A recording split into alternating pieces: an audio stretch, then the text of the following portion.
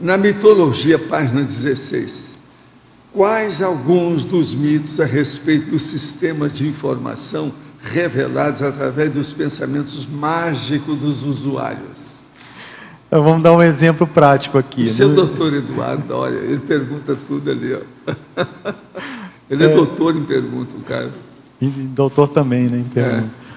Então, vou dar um exemplo prático no Instituto. Às vezes a pessoa tira um relatório de lista de turma ou lista de telemarketing para poder ver, por exemplo, aquelas pessoas que podem fazer ECP1. E aí ela vê assim, olha, tem uma inconsistência aqui nesse relatório, porque eu sei que determinada pessoa fez o CIP e ela não está aparecendo aqui como uma pessoa que está apta a fazer o ECP1. Por que que isso ocorre? Aí você vai lá verificar no cadastro do CIP e você vê que as presenças daquela pessoa não foram cadastradas. Aí o sistema, obviamente, conclui, ele foi projetado dessa forma que aquela pessoa não concluiu aquele curso. Então ela não vai aparecer na lista para o ECP1. Então existe um pensamento mágico que o sistema é alguma forma de inteligência, ou alguma consciência, alguma coisa que tem vida própria, e que ele vai saber, né, ele observou, ele viu aquela pessoa lá no CIP, ela sabe que ela veio lá a maioria dos dias, então ela está apta a fazer o CP1, mas isso não vai ocorrer. Então, se o usuário não cadastra, fazendo a síntese, corretamente a informação no sistema, o sistema também não consegue devolver para ele um relatório consistente. Então, eu vejo que eu peguei o exemplo que eu acho que é o principal dentro do nosso dia a dia, eu acho que no Instituto e possivelmente em outras ICs também, que é, nós precisamos ter um cuidado muito especial com a informação institucional que está ali dentro do sistema de informação. A gente precisa manter esse cadastro consistente, limpo, e para isso precisa ter disciplina, precisa ter dedicação, precisa dar valor a essa condição, porque isso às vezes é o que vai fazer a diferença e uma pessoa pode deixar de ser assistida por conta de um erro básico, primário dessa natureza. Eu vi agora em dezembro que o cadastro do IPC tem umas 280 mil consins lá no cadastro do IPCNet, né? Eu não sei se é desde 88, quando foi fundado o IPC. Eu queria saber se você tem um controle, se você tem uma noção de quantos % desse cadastro está atualizado. Olha, boa parte existem desatualizações em geral. Por exemplo, a pessoa trocou o e-mail, ninguém sabe que ela trocou o e-mail está desatualizado. Quando que a gente percebe isso? A gente percebe quando a gente faz uma campanha de e-mail marketing e a ferramenta acusa para a gente que aquele e-mail foi desativado. Mas ele, veja bem, ele pode não ter sido desativado, mas a pessoa não usa mais aquele e-mail também. Então foi lá para aquela caixa postal, mas não vai ser acessado. Isso também é desatualização, mas a gente não consegue detectar.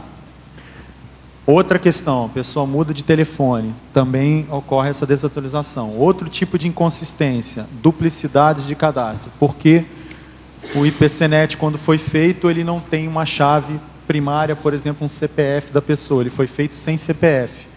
Então, com isso, não ficou uma chave que pudesse identificar univocamente uma pessoa. Isso é uma falha de projeto.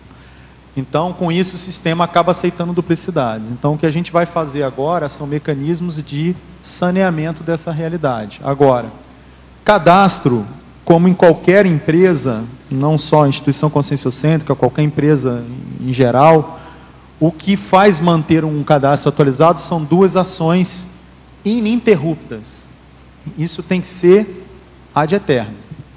Então, a primeira é, toda vez que uma pessoa entrar em contato com a instituição, você pede, por gentileza, se ela tem um tempo em que ela possa ceder esse tempo para que você verifique se as informações estão atualizadas. Né? Então, seria no telemarketing receptivo. E também no telemarketing ativo, quando você liga. Né? Agora, existem alguns voluntários que estão fazendo um trabalho, aí eu até cito aqui, um trabalho que foi apresentado na jornada de administração de 2006, eu estava lá, foi a Maria Célia, uma voluntária de Belo Horizonte, que ela pegou o cadastro do Instituto inteiro e foi um a um verificando as informações. Isso fez com que um monte de pessoas chegassem nos cursos, nas palestras de volta, porque inevitavelmente você começa a mexer com a energia com o processo da pessoa, você acaba se envolvendo no processo assistencial, porque qualquer trabalho nosso administrativo tem muito amparo. Então, eu me lembro também uma vez que eu estava fazendo um trabalho aqui no Centro Educacional de Foz, a época que ainda tinha o Centro Educacional de Foz, do IPC, para resgatar aqueles professores que estavam sem dar aulas. Então, eu falei, vamos fazer umas pastas pessoais de todo mundo. E eu lembro que as pessoas com quem eu mexia, aconteceu um caso que me chamou a atenção, que é, eu mexi com a pasta da pessoa, cheguei no CEEC, no Salão da Loteca, a pessoa veio me procurar, olha, eu vim pensar que eu tenho que voltar para dar aula.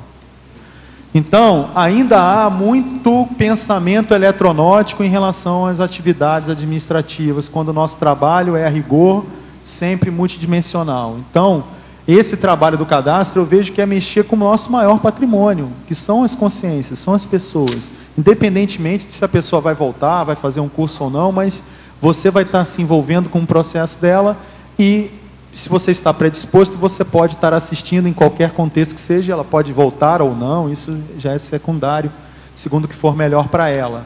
Entende? Então, assim, tem que ter esse trabalho, por isso que nós no Instituto, eu pessoalmente, debati bastante lá no Instituto que nós precisávamos reformular o organograma e voltar com a área de cadastro, ou seja, nós precisávamos ter pessoas especializadas na manutenção e no cuidado com o cadastro institucional, seja ele o cadastro de pessoas físicas, ou seja ele o cadastro de informações educacionais, como aquela que eu citei anteriormente, que é a questão de quais alunos participaram de cada curso, a presença, o professor que deu aula, porque tudo isso gera um histórico, gera um currículo, né? Então, é uma responsabilidade muito grande manter essas informações consistentes. Então, o cadastro, com certeza, eu me arrisco a dizer que não existe cadastro volumoso, sem qualquer nível que seja de desatualização. Isso é natural, porque as informações mudam o tempo todo, é impossível você acompanhar isso online, mas tem que ter esse trabalho paciente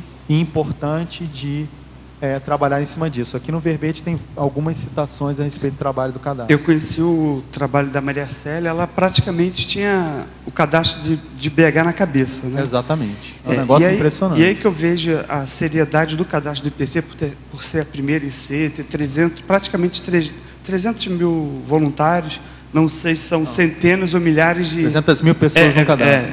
Pessoas, não sei se são centenas ou milhares de intermissivistas, que provavelmente a maioria não sabe nem que tem o professor Valdo hoje transmitindo a tertúlia. Então, eu vejo assim, que isso é uma importância, tem uma importância para a conscienciologia, a gente pensar, o IPC, você falou que estão pensando, propondo, não sei se seria uma empresa ou várias Maria Célias voluntárias, que é uma coisa muito difícil, né? Mas isso é muito sério para chegar os intermissivistas aí de 1990, 91, né, que eu não sei se vocês já pensaram uma solução, terceirizar esse processo, mas eu acho muito sério para o grupo, né?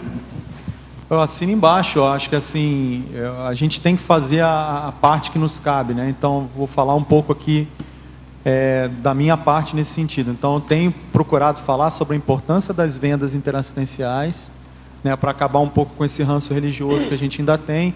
Eu vejo que o jeito da gente atingir, como está na frase enfática aqui do verbete, uma quantidade maior de intermissivistas é a gente começar a profissionalizar mais o nosso processo de divulgação, né? Mídias de massa, enfim, abrangências maiores como TV, rádio, enfim, redes sociais, para que a gente possa fazer a informação chegar, né? E fica por decisão da pessoa se ela vai ou não fazer o link e se interessar por isso. Mas a gente precisa, a responsabilidade de fazer a informação chegar é nossa. Dentro do Instituto, então, tem procurado falar de vendas, tem procurado falar dessa questão do cadastro, do organograma, e eu vejo o seguinte, eu estou contente em ver que algumas coisas foram retomadas, porque a gente precisa compreender um pouco o momento do próprio Instituto. Eu vou dar minha visão particular, né? Quando a sede do Instituto mudou para Foz do Iguaçu, houve um boom de criação de ICs.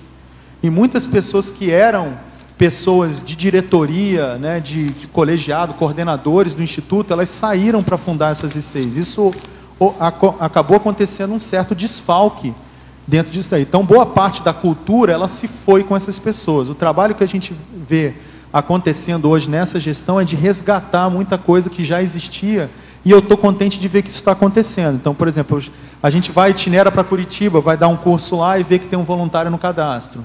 Entende? Vai para Salvador, vê que tem um voluntário no cadastro. Então a gente vê que as coisas estão sendo resgatadas, pouco a pouco a coisa está melhorando, mas eu vejo, concordo com você, a gente tem que evoluir muito nisso e precisamos de ideias, mas principalmente epicentros para desassediar o trabalho. É porque está aumentando o número de voluntários, é por causa disso.